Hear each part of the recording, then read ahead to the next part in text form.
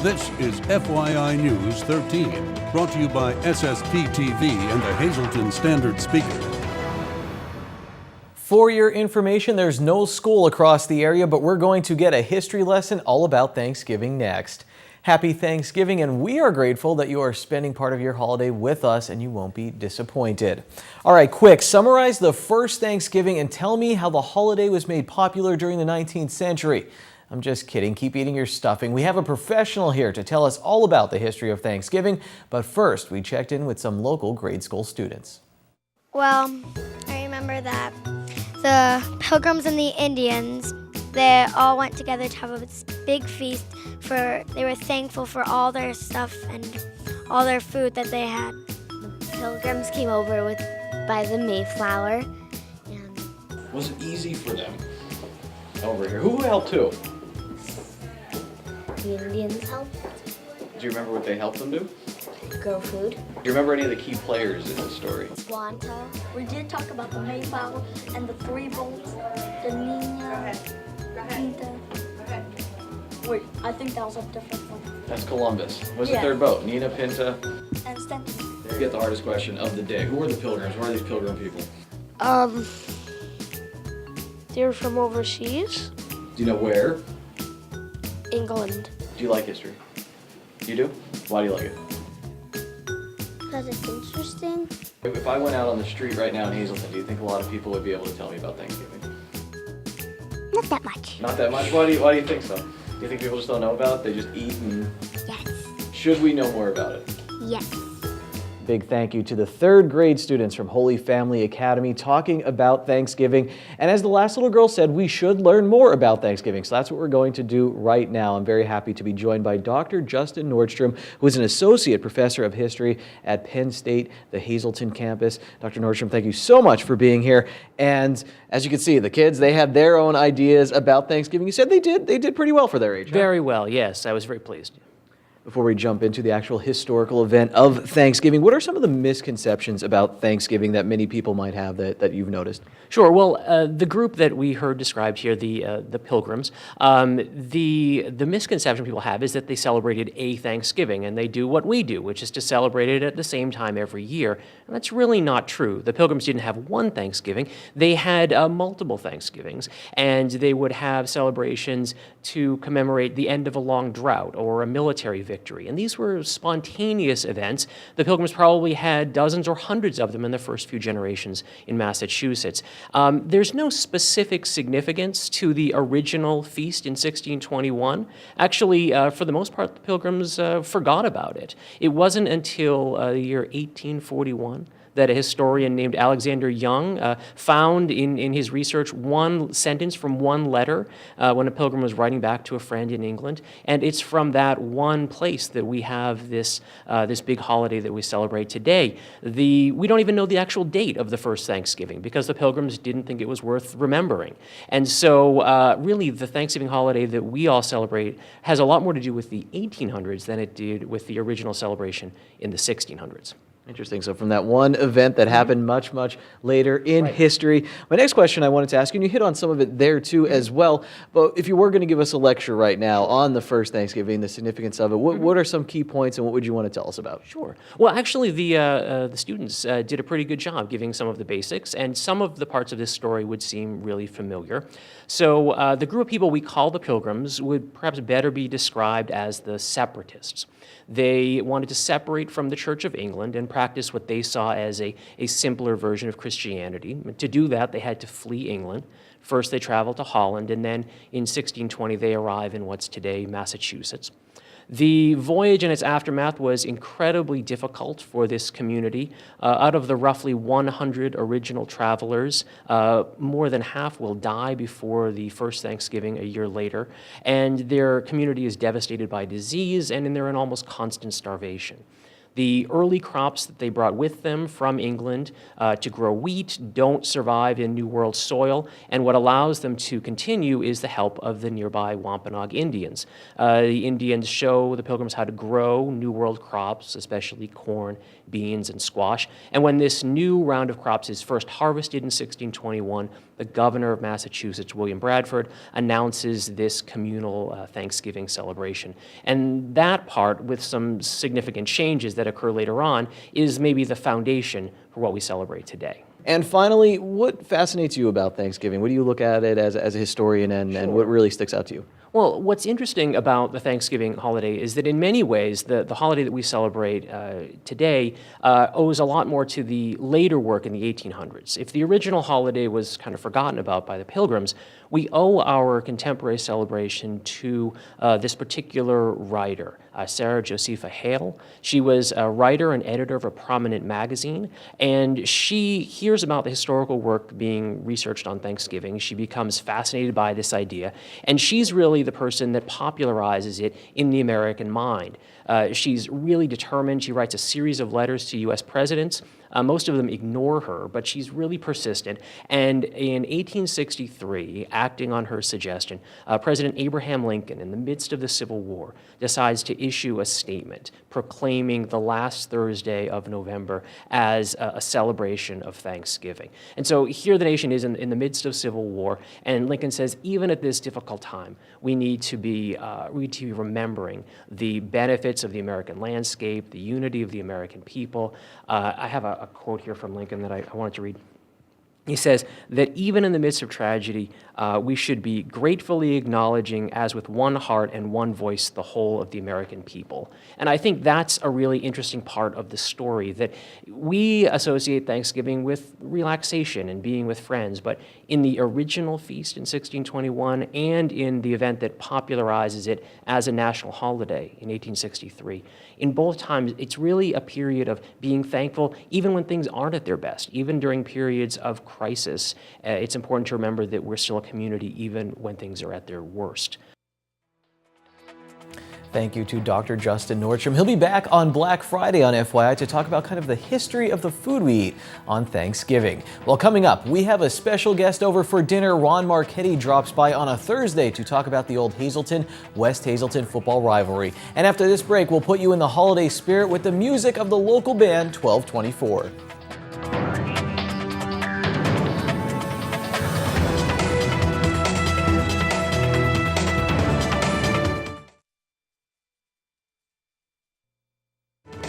This is FYI News 13, brought to you by SSPTV and the Hazleton Standard Speaker.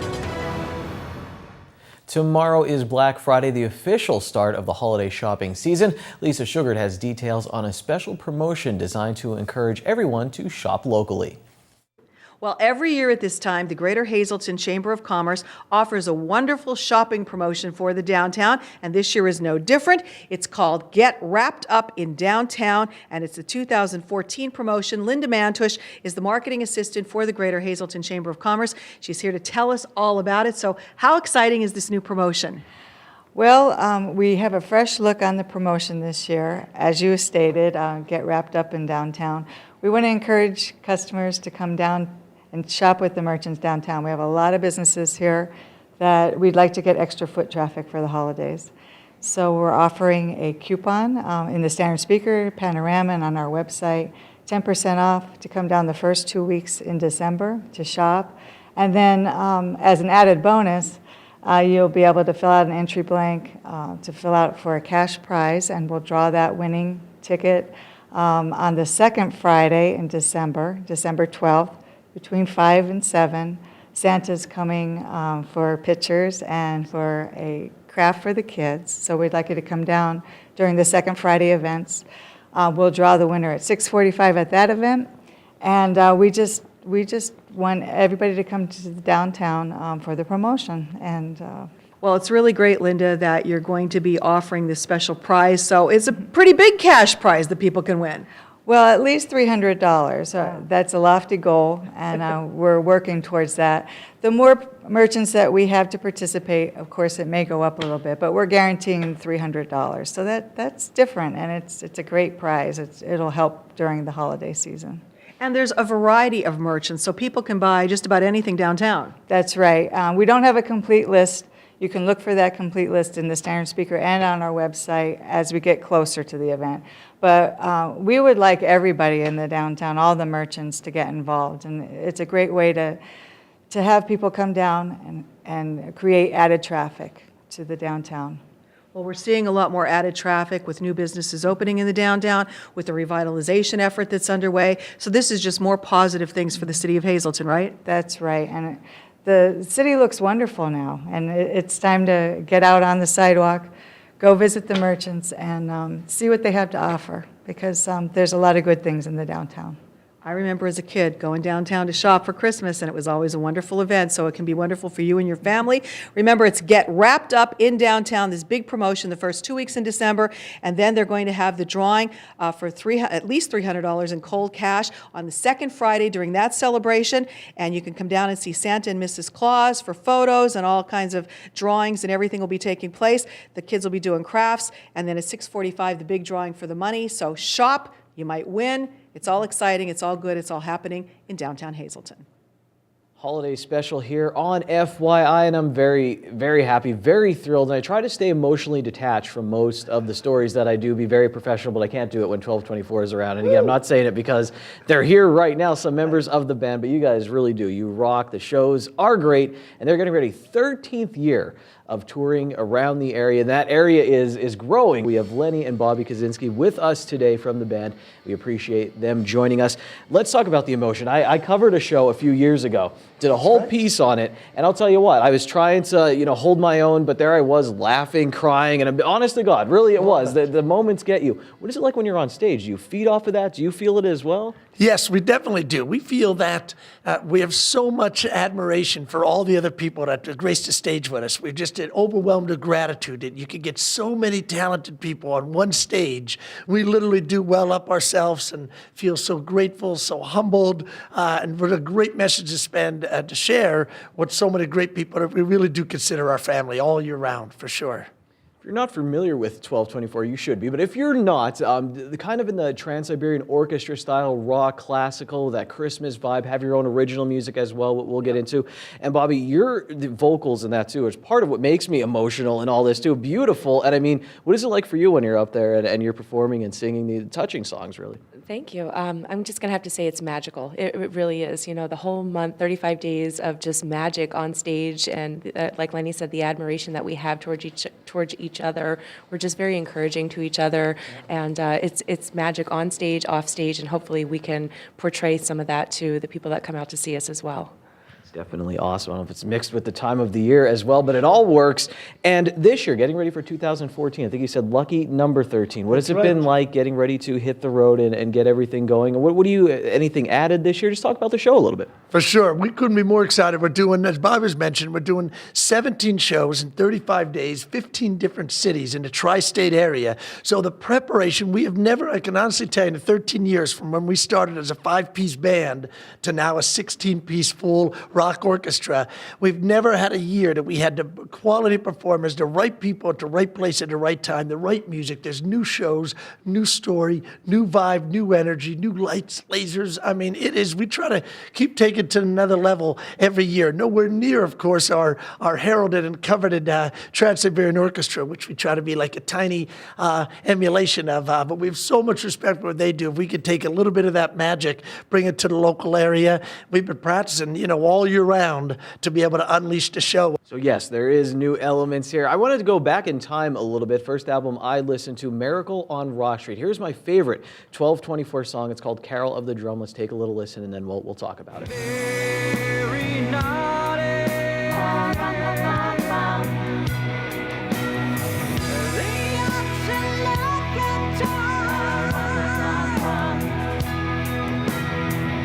I play the drums for you.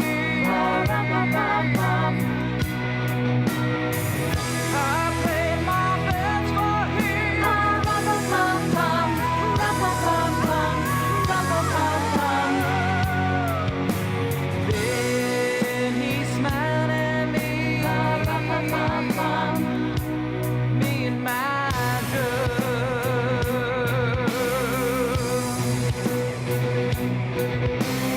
That's my favorite right there. And Lenny, let's talk about just putting that maybe together and tell me a little bit about Carol of the Drum. How did it come about? I mean, very popular, you know, with the little drummer boy, and definitely a different take on it. For sure. We have so many great talented people that could take a Christmas classic and then put, like, you know, twist on it and just make it more rockized. I don't even know if that's a word or not, but have some fun with it. That every one of the singers, we have like 8 or 9 different lead vocalists in the band, which get a chance to be highlighted on the tour. And that is one song that really was a group effort. You get the chance to see a little bit of every one of the singers that we're blessed with. And Carol of the Drum, it's, you know, obviously a take off of Carol of the Bells, but Carol of the Drum, just a different take. Even on the title alone should tell you that the tradition of Little Drummer Boy is taken to another or a different rock level, while still respecting the lyrics of the original, but hopefully the vibe and feel is something fresh and exciting for people to hear, for sure. And Bobby, so many different voices and vocals on that song, but they seem to all blend well. And once it gets going, I mean, you guys really start to wail, and that. Just talk about putting it together from your end. Yeah, well, it definitely starts out really, you know, slow and sweet, and then by the end of it, I mean, we're rocking out on stage. Everybody's singing, having a blast. Lenny and I were just talking. We said our new motto should be "From cradle till grave, we'll rock you."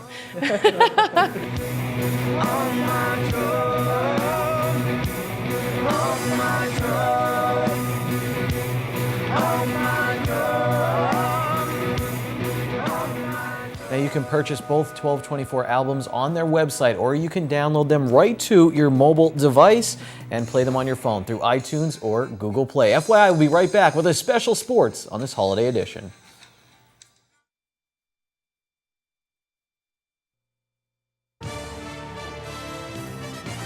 This is FYI News 13 Sports.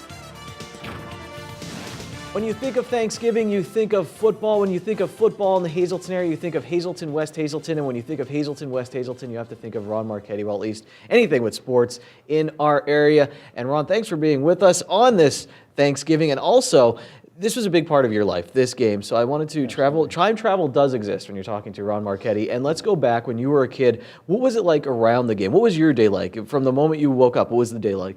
When I was a kid, I mean, it was the biggest day of the life. It was before the game, anticipation, the buildup of the game. Me and my dad, when I was a young kid, we would walk up to the early ticket sale at the Fulton Street gate, you know, to buy tickets. But there was so much. And here, just to give you an idea how the buildup was of the game, here, just how when you have a headline like this, how could you not be excited about the game? 6,000 tickets were sold before the game, you know, the advanced sale. I mean, they put temporary bleachers up in the end zone. And just being around it, it was just unbelievable. There are moments they'll never recapture again. They're great. And when I got older and I was courting my wife, I had to have dinner at 12 o'clock. We built the dinners around the game. We'd have dinner at her house before the game. Everyone was a big rush. We'd go to the game. And after the game was the best because I lived right there. Walked down Fulton Court, and right there, we had she'd be set up for maybe 30 people because they were setting up all for days before. This was your family? This is my family now. Okay. And we had a big picture window right above, and the building's still there. My brother's hairstyling shop is there. That's where I was born and raised. And we look out that picture window and watch the snake dances going down, the excitement, and it was just so great. You know, and the whole family was together. We talk about the game, and it was just, it was amazing. It was really amazing. Snake dances? What is Snake dance with the goalposts. Okay. Back then they had wooden goalposts, not like now. They take the wooden goalposts down, and I have a few of them around. Yeah, but where would they end up? Well, I don't know where they end up. Some end up at the museum. They're down at the Historical Museum. I mean, where did they end up when they took to my house? Some. Where did they end up after the game? Well, I don't know where they end up. They probably ended up in houses or at school or someplace. But the ones that I got were years and years after somebody got tired of looking at them, or they just gave them, or they were thrown out, and they wanted to get rid of some of their junk, which like it's junk. I mean, the goalpost of my wife is junk. But I think it's they're really neat. You know, they're really neat. West Hazleton in this year, 47, they lost to Hazleton 14-6, but they were in the playoffs that year. They played Blakely for the Southern Division Championship or Eastern Conference Championships. They were Northern Division champs, you know. So they lost to Hazleton just the day after the game. They won 14 West Hazleton lost 14-6. They were 9-0. They were undefeated. Hazleton was like 5-4. They're mediocre. And Major Hoople used to be the forecaster. I'm just going to do an article about him. I think it might have already been in the paper, that he used to predict the scores. in the 1940s and maybe up into the early 60s. And he predicted the score right on the button. He called the upset for Hazleton to beat West Hazleton 14-6. Ron Marchetti told me the last scheduled Thanksgiving Day game between Hazleton and West Hazleton was in 1970. The school board voted to move the game to the first game of the season after some bad weather affected one of the games. In 1975, the game returned to Thanksgiving for the final time thanks to a teacher strike. West Hazleton won that contest 12-7. We'll wrap up our Thanksgiving FYI after this break. Thursday is $1 burger night at Bottlenecks. Get a juicy 4th pound burger for only $1 all night long.